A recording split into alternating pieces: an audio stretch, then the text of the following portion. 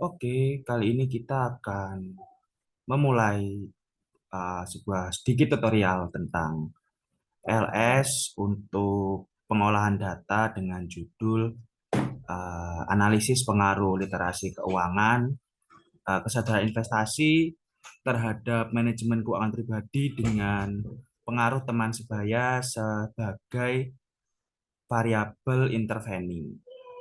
Oke, kita akan lanjut untuk. Ya, bisa dilihat di sini sudah ada data hasil kuesioner dengan empat variabel, yaitu dua variabel X, satu variabel Y, dan satu variabel Z. Dengan masing-masing indikator ada 5. Jadi total ada 20 indikator. Dan survei ini, kuesioner ini diberikan kepada 20 responden. Oke, kita akan langsung memulai untuk mengolah data agar bisa masuk ke PLS. Yang pertama, kita harus pastikan tidak ada space lagi di sini, teman-teman. Jadi sampai bawah pun nggak ada space yang berlebihan, karena itu bakal membuat datanya nanti nggak bisa terbaca di PLS. Jadi di sini ada 1.2, 1.3, dan lain-lain, teman-teman. Di sini bakal diolah lagi nanti sesuai dengan kebutuhan masing-masing. Oke, untuk masuk ke PLS, kita harus terlebih dahulu melakukan save data. Jadi kita save datanya dalam bentuk CSV. Atau kalau misal teman-teman merasa kesulitan di CSV, bisa di save di Notepad. Jadi nanti datanya bakal dalam bentuk TXT. Oke, kita setelah selesai mengolah data tadi, kita save dalam bentuk CSV. Oke, kita kasih nama data utuh satu. Kita save. Nah, ini udah ke save, teman-teman. Nah, dia akan kebuka. Kita langsung klik yes saja. Beberapa format tidak bisa digunakan, tidak apa-apa. Oke, sekarang kita langsung masuk ke PLS-nya ya, teman-teman. Di sini saya menggunakan PLS tipe 3, jadi yang belum yang tipe terbaru. Tapi nggak apa-apa, teman-teman. Langsung kita masuk ke new project.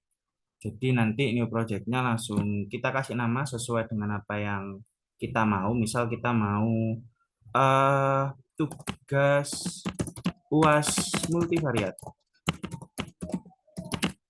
Oh, kita klik OK. Nah, setelah kita klik OK, kita double klik untuk import data ya, teman-teman. Nah, data yang kita import tadi itu data yang udah kita olah di awal tadi. Kita cari datanya, data utuh satu, oke.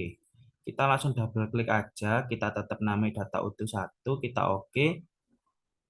Nah, ini masih diproses dalam PLS, teman-teman. Oh, datanya belum masuk atau masih error ini? Oh, datanya udah masuk. Jadi, ini masih calculation running. Nah, datanya udah masuk semua. Ini menandakan data ini udah terbaca di PLS. Selanjutnya kita langsung ke pet model. Jadi sini udah tersedia pet modelnya juga. Caranya cukup mudah, teman-teman, untuk kita masuk ke pet model.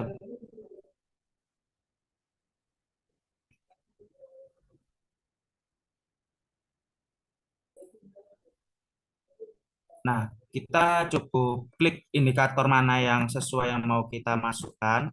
Lalu kita drag ke arah kanan.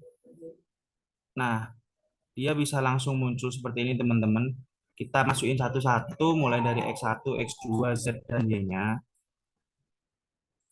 Nah, ini lebih mudah untuk mengatur ini. Ini sementara kita hilangkan dulu. Terus kita masuk ke Y-nya.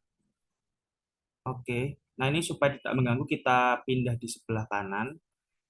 Lalu kita atur bagaimana supaya pet modelnya jadi bagus dan rapi. Ini bisa kita kecilkan dulu kalau dirasa terlalu besar. Oke, kita atur kayak gini. Nah, kita bisa langsung untuk menghubungkan variabelnya, kita bisa langsung klik connect. Sebelumnya mungkin kita bisa rename dulu variabel-variabel sesuai yang punya teman-teman masing-masing. Ini kayak punya saya di rename di sini literasi keuangan. Kita tandain X1, lalu kita tinggal klik OK. Nah, di yang ini kita masuk ke kesadaran investasi, kita tandain X2, lalu di Z ada pengaruh teman sebaya, kita tandain sebagai Z, dan yang terakhir ada manajemen keuangan pribadi, kita kasih kode MKP, kita tandai sebagai Y. Nah, ketika udah di rename semua, kita bisa langsung connect untuk memberi gambaran hubungan antar variabelnya. Kita keuangan ke pengaruh teman sebaya sebagai tidak langsung, terus ke manajemen keuangan pribadi, begitupun yang investasi. Nah, kalau udah terkonek, dia bakal berwarna teman-teman. Yang awalnya merah jadi biru. Lalu kita arahkan ke MKP juga, jangan lupa hubungkan Z dan Y. Nah, kalau udah terhubung seperti ini, teman-teman udah bisa lanjut untuk pengolahan data di PLS. Nah, kalau mau di save, kita tinggal klik kanan. Nah, ini ada export as image to file atau langsung ke clipboard, teman-teman tinggal pilih. Nah, selanjutnya kita akan coba untuk eh, lakukan tiga analisis. Di situ ada PLS algorithm, ada bootstrapping, sama blindfolding. Kita akan coba satu-satu untuk analisisnya. Oke, eh, kita akan kita akan lanjut untuk analisis PLS algorithm. Jadi ini bisa disebut juga algoritma standar untuk menghitung komponen atau faktor PLS. Jadi nanti di sini kita akan banyak komponen yang bisa kita analisis, teman-teman. Tinggal klik calculate, lalu ada PLS algorithm, tinggal diklik. Oke, sebentar. Oke, untuk pengaturannya bisa dibiarin aja, teman-teman, nggak usah diubah-ubah. Udah bawaan dari sananya dibiarin aja, teman-teman tinggal langsung klik start calculation, lalu ditunggu sampai prosesnya selesai. Nggak butuh waktu lama, apalagi untuk data-data yang nggak terlalu banyak. Jadi bisa finish under 1 menit.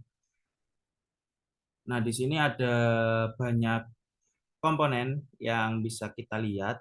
Ada pad koefisien, ada indirect effect, total effect, outer loading, dan lain-lain. Yang pertama harus kita lihat dari outer loadingnya, teman-teman. Nah, di sini tanda merah tuh menandakan kalau datanya tidak memenuhi standar. Jadi kan kita outer loading itu untuk mengukur apakah indikator itu benar-benar mampu mewakili variabelnya. Nah, untuk caranya agar data ini tidak merusak analisis secara keseluruhan, kita bisa hapus data-data yang merah-merah ini, teman-teman. Jadi bisa kita hapus, kita tandain dulu X1.1, X1.3, lalu X2.2, Y-nya aman, lalu ada 2Z di sini yang bakal kita hapus. Oke, kita akan hapus dulu datanya supaya nanti hasilnya bagus. Nah, syarat outloading kan di atas 0,7, teman-teman. Di sini kayak X1 kan dia 0,363 gitu. Kita bisa langsung hapus saja. Kita hapus, lalu X1.3 juga kita hapus. Tadi X2.2 juga kita hapus. Nah, kita langsung masuk ke proses setelah dihapus ya, teman-teman ya. Jadi nanti yang merah-merah memang teman-teman hapus saja supaya datanya jadi bagus. Oke, ini data setelah kita rapikan, teman-teman, dengan membuang indikator-indikator overloading yang bermasalah. Jadi data ini seharusnya ketika dicek sudah valid, teman-teman. Kita bakal coba cek ulang di PLS algorithmnya. Kita lakukan langkah yang seperti tadi, calculate PLS algorithm, lalu kita start calculation. Nah, oke, di sini kita udah dapat yang valid, teman-teman. Kita bisa cek di outer loadingnya atau udah hijau semua. Terus kita cek construct reliability dan validity juga udah hijau semua. Nah, diskriminan validity-nya juga akar AV-nya lebih besar daripada indikator variabelnya. Jadi udah udah memenuhi syarat untuk validitas dan reliabilitas data. R-square juga bagus. Di sini pet coefficient juga udah positif semua. Kita yang kedua akan masuk untuk analisis di bootstrapping teman-teman. Jadi kalau tadi udah PLS algorithm, bootstrapping ini bisa dikatakan proses untuk menilai tingkat signifikansi atau probabilitas dari direct effect, indirect effect, dan total effect. Jadi bootstrapping juga bisa menilai tingkat signifikansi dari nilai-nilai lainnya seperti R square, terus adjust S square, R square, auto loading juga. Jadi di sini yang bakal kita lihat nanti ada nilai p value sama t statistik, terus original sample juga kita lihat. Caranya cukup mudah, kita tinggal klik calculate, lalu bootstrapping. Sama seperti tadi, kita tunggu hasilnya, lalu kita langsung start calculation. Ini prosesnya sedikit lebih lama daripada yang PLS algorithm, cuman kita nggak perlu nunggu sampai bermenit-menit, paling antara under 1 menit biasanya kok, nggak sampai. Nah ini udah keluar data untuk bootstrapping, jadi bisa kita lihat di sini ada path coefficient juga. Nah di path coefficient ada t statistik sama p value. Bisa kita lihat bahwa di sini hubungan literasi keuangan sama manajemen keuangan pribadi, p value-nya tidak memenuhi standar, dia berada di atas 0,05. Jadi dari sini ada yang merah satu, tapi nggak masalah. Itu jadi tanda bahwa memang ada data yang kurang bagus di sini. Terus dari total indirect effect sudah hijau, spesifiknya juga hijau, overloadingnya juga udah bagus. Jadi bootstrappingnya eh, kita udah melakukan, dan yang terakhir kita bakal ngelakuin blindfolding buat dapet T-square.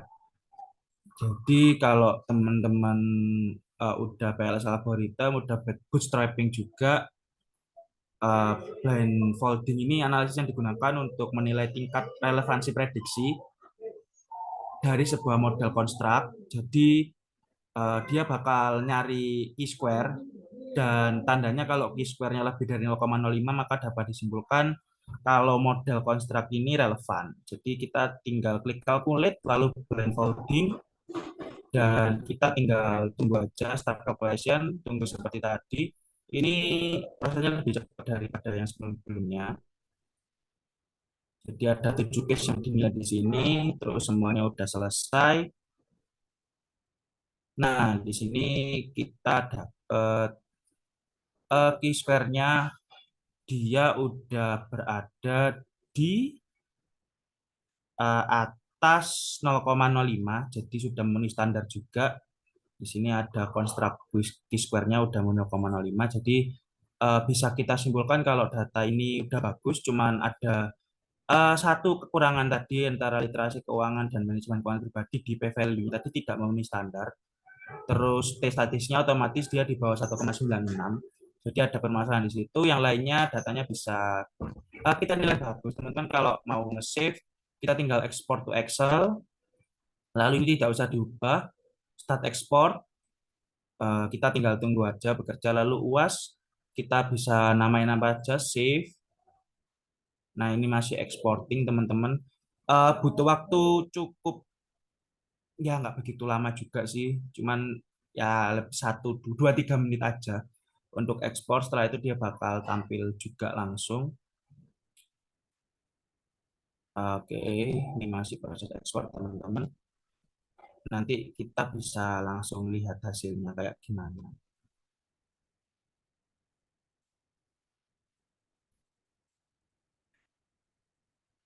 Oke, masih proses.